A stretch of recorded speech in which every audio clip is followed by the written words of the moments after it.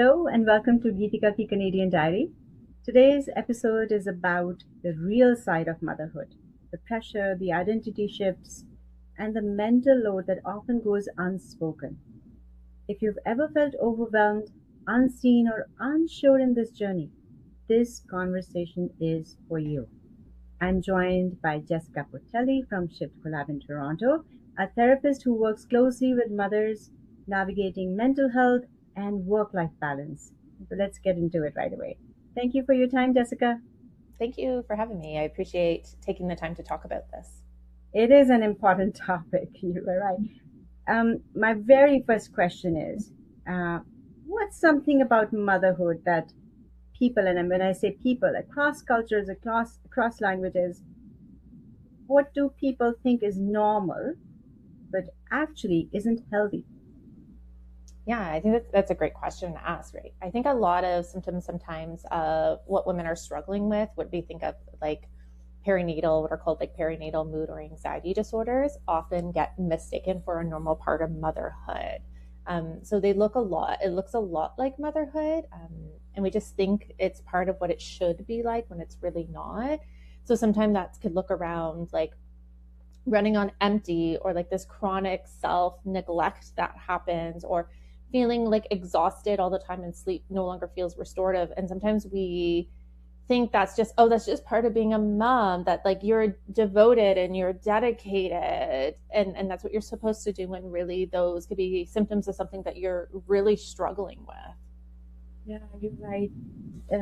It's a new step for everybody when they become mother for the first time. And you obviously are thinking that, oh, you start self judging everything Mm-hmm. that you do. It just, Yes. you're like, oh, I used to be able to do this, but I'm not able to do that.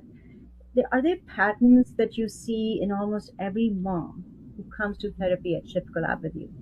Yeah, I think there's like, regardless of whether people are struggling with depression or anxiety or just like overwhelm as a mom or just like that transition, I think one of the patterns I see is often holding ourselves to like these impossible standards. That we'd internalize this belief that we should be endlessly productive, that we should always be patient, that we should always like be bonded with the baby and our kids all the time, and then we manage everything on their own without help. And so we hold these really high standards, but really we start to struggle with that. So I see that pattern show up a lot. Another thing I heard you mention about as well as like this loss of like identity. We're trying to like figure out, a lot of moms are trying to figure out like who they are now, while also, this having this dependent tiny human that they're caring for now. So trying to figure out these different parts of themselves is something I see a lot, and a pattern that I see. And I think within that too, it's like sometimes because of these beliefs about like we should be able to handle all of it, and um, we should be patient and not, and we should meet these high expectations, that sometimes a lot of people wait to get help, maybe out of feelings of shame that you should be able to do all this, and they often wait for longer than they need to. Yeah, I understand what you're saying. If I go back 13, 14 years back, I was sent from hospital with pelvic ligaments torn, with a toddler waiting at home and a baby I was not going to be able to hold in my arms for the next 5 months. I didn't know that.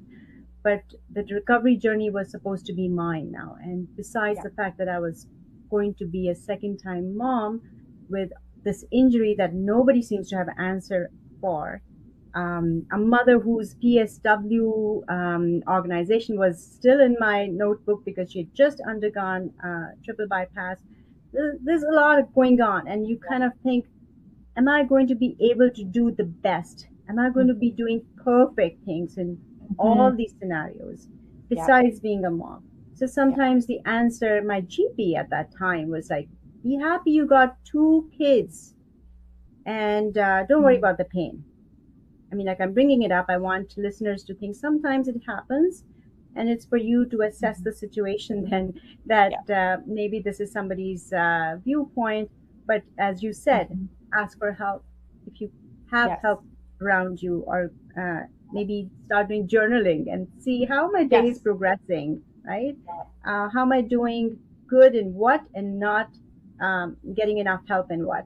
Um, I want to ask you, what surprised you the most when you started working specifically with mothers who had ADHD? Mm.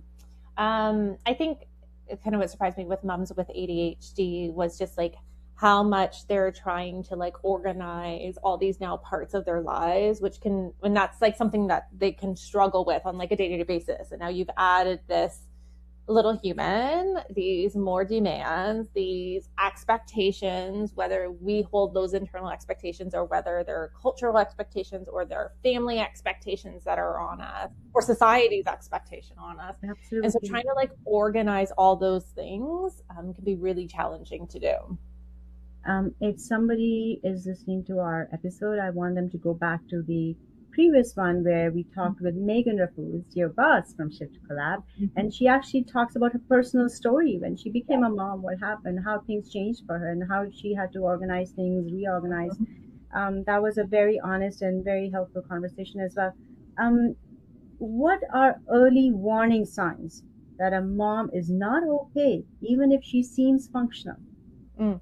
Like I was kind of talking about at the beginning, I think there's this like misconception that someone needs to be like visibly falling apart to need support. And you know, a lot of times a lot of moms can keep like continue working, caring for the kids, like managing responsibilities while really struggling internally. So I think some of those like early warning signs that someone isn't okay even if they're functioning maybe is like they're constantly kind of feeling on edge, or maybe like I said earlier, like this exhaustion that sleep never feels restorative, like they feel depleted still, or they wake up kind of feeling nothing, or there's this like excessive worry that feels uncontrollable, or this hypervigilance all the time about caring for the baby or being on routines or being on schedules, or this like constant self-criticism that shows up. And I think those are some of those like early warning signs that sometimes we see like, oh, they're doing so well, but these things are like sprinkled and showing up in there. It must be difficult for you when somebody is walking through your door with all these issues. And so, how do you create that fine line? Is I mean, like most mothers go through postpartum depression. For some, it is for a few weeks, for months. For some, it is for longer time, for years. And then you mix that to ADHD and general stress of society these days. And you have work. We are working mothers, Yes. and then the whole mix, it must be very difficult to kind of segregate and say, okay, is this normal, is this not okay? Mm-hmm. How is that process when somebody walks through your door? Yeah, I think part of that process is like helping them to see all these parts that are showing up, noticing like what is happening for them and bringing like awareness to maybe how they are feeling in those situations. Because sometimes they just feel like they're just going through the motions of all these things, right? And so like helping them to see those things and talking about like, okay, what is it that they actually really need? Is that support? Is that self-care? Is that sleep for some people? But how do we like support and build that back in for them? So much misinformation also out there on social media, so it is worrisome sometimes who's taking Yeah, that information so seriously and putting them in their own life and thinking, oh, this is normal maybe. yeah, I guess what I'm hearing from you is assess yourself as well, how things are changing for you in last 2 months, 3 months, one yeah. year, and at some point you should be able to figure out this doesn't look like me, or Right. this I is think not working in yes. my day-to-day life, or it's impacting me in ways that the things were not impacting me before. And Yeah. that's when you should probably reach out for help, right? Yeah. I think if you're just like noticing and maybe you don't have that full awareness of that, but just Mhm. like noticing like something feels uncomfortable, something feels off, or something feels misaligned. It's just like noticing that struggle. And sometimes it is like with coming for help or coming into therapy is needing someone to help you acknowledge that and just like validate the experience that you're having too, right? That you're also not alone in that experience. And I think, like you said, a lot of people experience like postpartum depression, and that can be shortly after the baby or several months later, even a year later. I think a lot of times people, what is actually more common is that post perinatal anxiety that shows up. And so sometimes we don't even know that's something. We don't have a name for it. We don't even know there's treatment for that. We just think it's part of motherhood. And so just noticing that something feels overwhelming or feels a lot and having someone help you identify that and maybe name that can be really helpful. I'm happy that you brought that word. Validate your own emotions. Mm-hmm. Don't deny or discard Yeah. them, thinking, oh, I'm just feeling it, forget about it. It'll be Yeah. fine. It will be so helpful if somebody else also is validating in your family. Go Mm-hmm. and talk to somebody you think you can open your heart or be honest about. Yeah. Like, oh, would you see something happening, changing with me? Or do you think something's not Mm-hmm. okay? Is that something that families and partners and your larger social circle can also become part of that, right? Yeah, I think I can. I think there can be conversations about that even before even the baby comes about like, okay, if we're noticing, I'm really struggling, especially if you have a history of struggling with depression or anxiety, Mhm. is maybe having those conversations with like our partners or families that like, okay, if you're noticing these things, like help me to recognize that. And I think that makes us more prepared to receive that feedback as well versus feeling criticized, because a lot of times like really great at criticizing ourselves as a parent, right, once we become a mom. And so not taking that on as criticism but more of a like a gentle noticing. And I've had families that I've worked with who have done this in a way, or maybe they're having their second child and they recognize they really struggled the first time postpartum. And so we worked a lot on like having conversations like, what are we going to look out for? What are some of those early signs that, we're struggling that maybe families miss or don't see? And so helping their partner to help them to name those things if they're really struggling to see that for themselves. That's a good point. Just I'm glad we talked about that. If a mom has 10 minutes to herself Mm-hmm. in a day, what's the most effective way to reset mentally? Yeah. I think sometimes we think like, oh, we have 10 minutes. We're going to be like so productive and like empty the dishwasher or get something done, or we're going to end up on social Yeah. media. But those can actually make us feel worse. So Hmm. even those 10 minutes, it's really thinking about like, what does your nervous system need in this moment, right? It probably doesn't need you to empty the dishwasher or throw a load of laundry in, but something that could actually be restorative for us. So maybe it is like just going, sitting outside and getting some sunlight. Now that weather is getting a little bit nicer finally, Yeah. just getting outdoors and getting that sunlight. Maybe it's like connecting with a supportive friend and just talking to them for 10 minutes. Maybe it's like making yourself that favorite like coffee or drink that you like and actually sitting and enjoying it and tasting it while it's warm in that moment. It could be doing like a mindfulness practice, a 10-minute meditation, doing like a gentle stretching of our bodies. And all of those things help to kind of regulate our system, even within that 10 minutes. Because research has shown us that even those like brief periods of intentional restoration can be really effective. Yeah. As a mom, um, one would think, oh, I have 10 minutes, as you said, I'll do the Yeah. dishwasher, I'll put the laundry away, because there's so much to do during the day. That's where probably the family can pitch in, the partner can pitch in. Um, But yeah, at the end of the day, maybe if you are actually writing it down, how many 10 minutes did you take for yourself? And maybe Mm, that will give you a better kind of idea. yeah. Okay, I just took maybe total in 12 hours, half an hour for myself or something. That may make you feel better if you're thinking, oh, I haven't been able to do everything that I wanted to accomplish today. Yes. There's also so much pressure from society, as you said, Mm-hmm. from everything that's happening around us. I want to say it as gently as possible that when you're working mother and then you are at home Mm-hmm. um, trying to take care of this new individual Yeah. who really needs you, Mm-hmm. um, it's sometimes just bound to happen. I think that I had a packed calendar.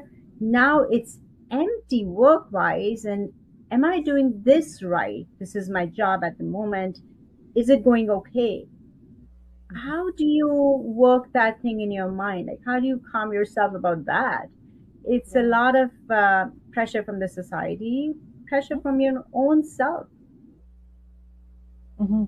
I think I like the idea what you were talking about of even just like noticing the things that you're doing. I think a lot of times like we notice what's hard or what's difficult and being able to notice like, oh, here how I was able to show up, or here's something I did do for myself, or I'm or recognizing like I am doing the best that I can and trying to move away from some of that like self-criticism, because yeah, it's a really hard transition. You go from having a packed calendar to having a job that maybe gave a sense of purpose for you, and now you're at home with a baby and your main role is to take care of this tiny human now. And so it's looking at like, okay, what are we actually doing, what is actually helpful for me, how am I actually showing up, versus just noticing all the things that feel really hard in it. Yeah. My parting question. If society really cared about mothers' mental health, what would or should change first? Mm.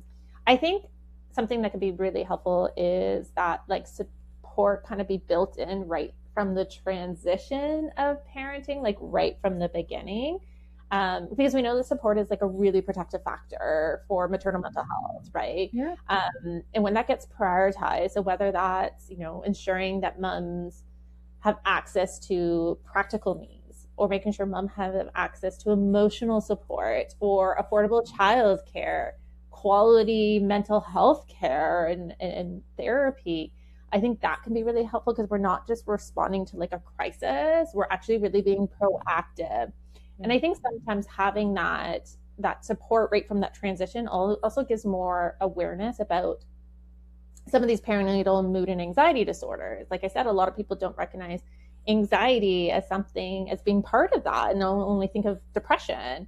And so when we have more understanding and support around that, it's easier sometimes to identify earlier that, oh, I am struggling with that thing that I heard about, right? Versus thinking, oh, this is normal, or I feel a lot of shame that I'm feeling this way and I don't want to talk about it or name it. I'm also thinking at this moment, if somebody is listening to a conversation and they really want to reach out to you or your team members at Shift Collab, Mm-hmm. what's the best way to approach? And um, perhaps I should say, what if they don't have insurance to cover something Mm-hmm. that you guys provide? So should they still reach out and ask the question and see how you guys can be helpful? Yeah, I think so, right? Like if you're at a point where you're like, you don't know where to get support, um, coming to Shift Collab, we can support you in kind of finding the right direction for you if it isn't through us and getting that support, or even accessing, seeing what is available through Shift Collab with a therapist, whether there's different rates that are available, things like that to help you get that support. I think there's a lot of community supports that are out there as well. Yeah. So some communities have like Healthy Baby, Healthy Children programs through health units, which can bring access to supports in that way. There's a lot of organizations that help around perinatal mood and anxiety disorders, that can get information and get support too. I guess the first step is to analyze what's going Yeah, on, just to kind of journal notice it. something feels hard. Yeah, journal it, talk to somebody that you trust in the family or outside the family and get their feedback, and then reach out to Shift Yeah, Collab or you and see where the steps take you from there. yeah, Basically, ask for help when you need it. yeah. Ask for Don't be help. afraid to take that first step. Mm-hmm. And like you said, like sometimes it is asking, maybe it's your partners or a family member, Mhm. because even having, like I said, that emotional support from someone is a protective factor, right?